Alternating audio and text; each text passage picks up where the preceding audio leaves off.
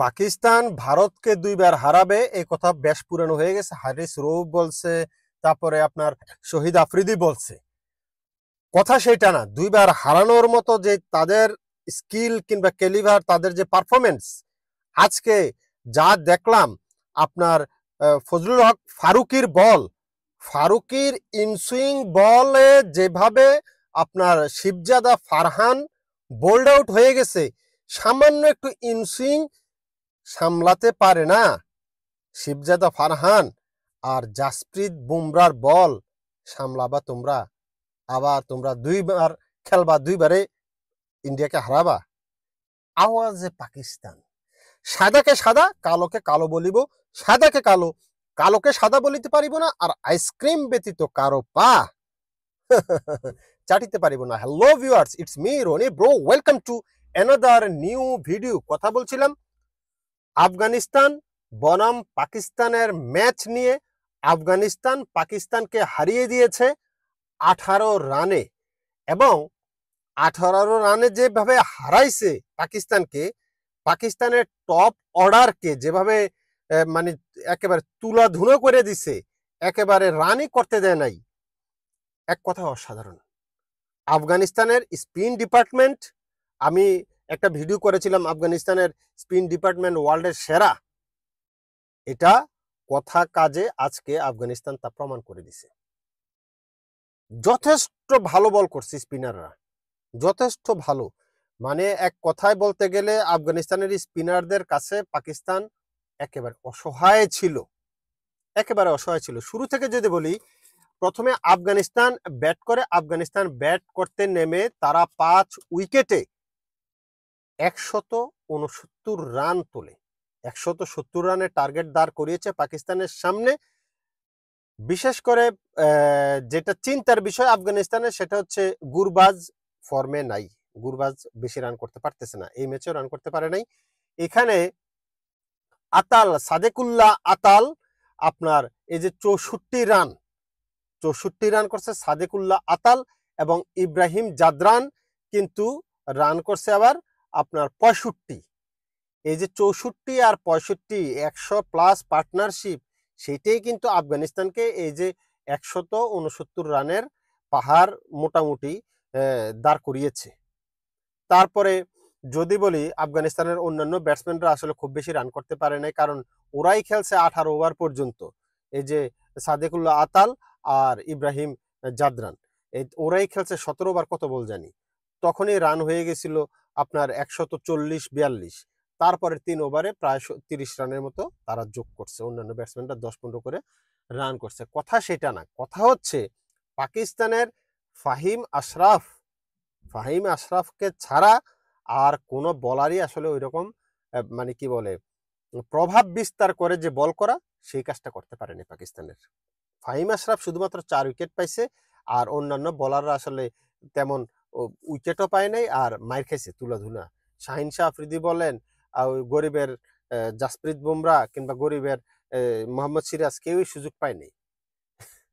Anyway, Pakistan 170 রানের টার্গেটে bat করতে নেমে 151 রানে 9 উইকেট হারিয়ে তাদের 20 ওভার শেষ হয়। এবং যেভাবে তাদের টপ অর্ডার ব্যর্থ হয়েছে, সায়াম আয়ুব যেভাবে আউট হয়েছে, অনেক লেগ স্ট্যাম্পের উপরে, অনেক উপরে বাউন্সারের বল পুল করতে গিয়ে কিপারের কাছে ক্যাচ দিছে ফারুকির বলে।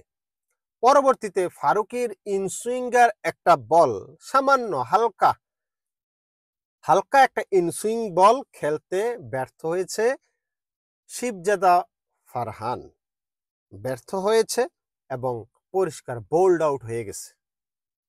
ফারহান 18 রান করেছিল, সায়েম আয়ুব 0 রান, লাড্ডু গুল্লা মারছে।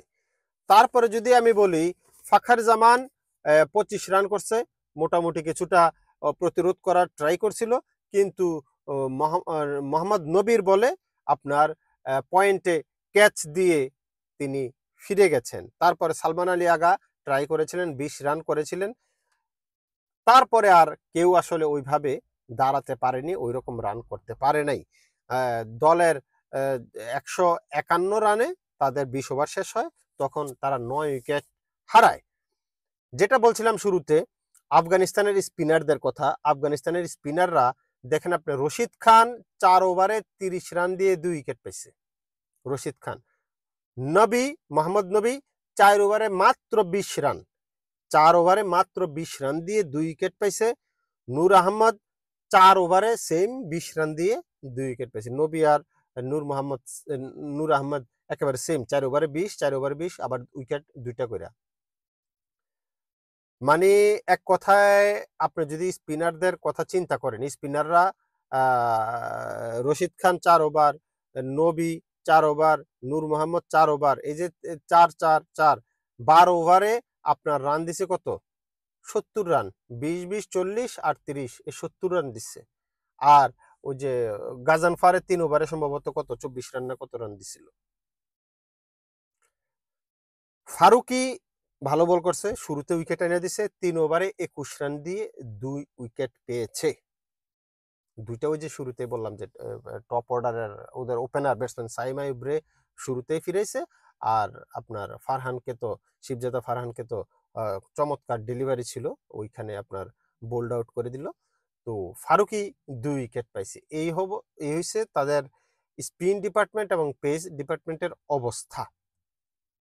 এখন বলেন, পাকিস্তানের যে পারফরমেন্স দেখলাম, সেইখান থেকে কি পাকিস্তান আপনার ইন্ডিয়াকে হারাতে পারবে?